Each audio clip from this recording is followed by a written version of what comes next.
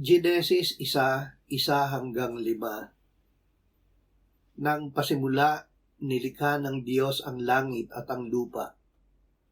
Ang lupa ay walang anyo at walang laman, at binalot sa kadiliman ang kalaliman, samantalang ang Espiritu ng Diyos ay kumikilos sa ibabaw ng mga tubig. At sinabi ng Diyos, magkaroon ng liwanag, at nagkaroon ng liwanag.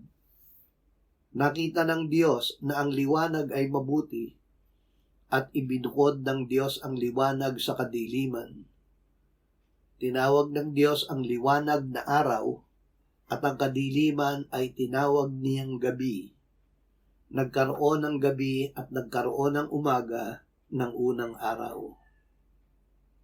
Ang Diyos na manlilikha.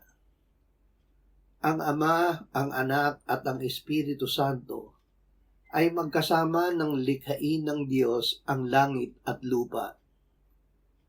Binanggit sa unang 3 talata ng Genesis ang Ama at ang Espiritu Santo. Ang pangalang anak ay hindi binanggit dahil siya ang salita ng Diyos na nagsabi, magkaroon ng liwanag. Sa simula ay ang salita, at ang salita ay kasama ng Diyos, at ang salita ay Diyos. Sa simula ay kasama na siya ng Diyos.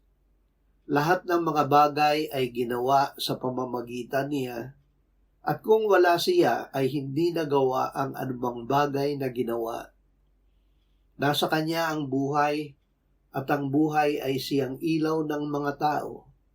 Ang ilaw ay lumiliwanag sa kadiliman, at ito'y hindi nagapi ng kadiliman.